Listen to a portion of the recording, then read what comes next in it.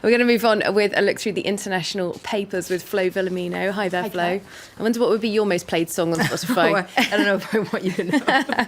Moving on then to the papers. We're going to start off, actually, you've got some Middle Eastern newspapers to start us off today. That's because we're focusing in on what's happening in Eastern Aleppo. So starting off with a Lebanese newspaper. That's right. This is L'Orient Le Jour, which lashes out against the international community today. Let's take a look at their headline. The world is watching the infinite tragedy in Eastern Aleppo without lifting a finger. Now, the international community really is coming under a lot of fire in the Arabic press. Let's take a look at a cartoon in Al-Watan. That's a Saudi Arabian paper. You can see the world here taking a photo of someone who's drowning. Now, that drowning person actually represents Aleppo.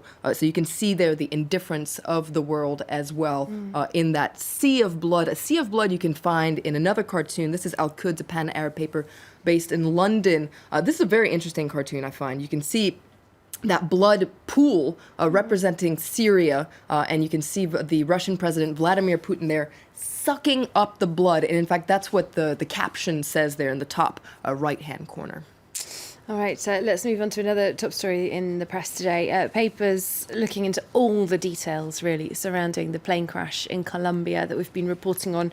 Of course, a large majority of this Brazilian team, Chapecoense, died in that crash. That's right. It's a huge story today. It's on the front page of the Wall Street Journal, which talks about that crash in Colombia decimating a soccer team. So Chapecoense on their way to the final of the Copa Sudamericana, which was supposed to take place today. Now, as you can imagine, this is a huge story in Brazil. O Globo is taking a look at what caused the plane to crash. Investigators say the plane lost contact with the ground controllers as it was approaching Medellin. And you can see this article talking about those reports that the pilot reported electrical failure. So Brazilian papers are really trying to figure out what caused the plane to go down. 71 people died in that crash, 6 survivors, though, and we've got some details coming out about those survivors. That's right. Folha de Sao Paulo, that's another Brazilian paper, pays tribute to the victims. There were lots of people on that plane. Of course, you had airline staff, sports journalists, and, of course, members of the Chapecoense team. You can see them paying tribute to some of the team players, but you also had a lot of staff that was working with the team. Now, this is a very particular team, and The Guardian takes a closer look at their story, if you will. It's kind of a fairy tale story with a tragic ending. They were serial overachievers dubbed the Brazilian Leicester, a team punching far above their weight, taking part in their first continental final. You can see here, this article says they were in the middle of a fairy tale season.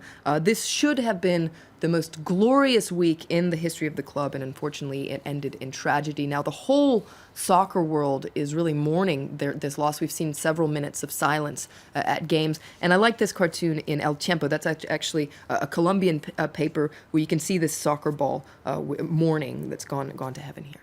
All right, some news now that's very much ongoing, in fact, right now in South Korea. There have been thousands of people out on the streets again right now in Seoul, protesting against President Park Geun-hye. They want her to stand down. Yesterday, she said, well, I could resign. That's right, and an impeachment vote is actually scheduled for Friday, well, as soon as Friday, so the clock is really ticking, and lots of papers are focusing on this. Lots of papers are lashing out against the president, it must be said. This is the Korea Jung-gang, which says that she shouldn't be holding on to power here. What she needs to do is simple: step down after presenting her own resignation schedule, and a very similar analysis in the Korea Times in their editorial. Park should realize it's meaningless to cling on to power. So long as she's in office, the nation cannot move forward. All right, so let's move stateside. President-elect Donald Trump, what a surprise. He's caused uproar with a tweet. Let's take a look at that tweet. That was on a Tuesday. He says, nobody should be allowed to burn the American flag. If they do, there must be consequences, perhaps a loss of citizenship or a year in jail. Now, where did this tweet come from? Well, the Daily Beast says he was likely reacting to a controversy at a U.S. college where one student allegedly burned a flag to protest his victory in the presidential election. Now, the problem is, and you can read all the details here, flag burning is actually constitutionally protected freedom of speech, which explains this title. Essentially, he hates freedom of speech with this tweet. Now, the New York Times takes a closer look at that constitutionally guaranteed right. It said the First Amendment exists to protect unpopular, even repulsive forms of expression. In fact, in 1990, the Supreme Court ruled against a federal law that wanted to make against flag burning, saying it was unconstitutional, saying that the First Amendment exists to protect repulsive things like flag burning. Now, there are a lot of reactions to this. I pulled out a cartoon from the Washington Post, which says that his new hat reflects his commitment to the First Amendment. You can see it's a crown there, so he's acting like a king. Remember, Americans aren't very fond of kings. And people also had a field day on Twitter. I pulled out a tweet. This is a guy who actually tweeted to Donald Trump.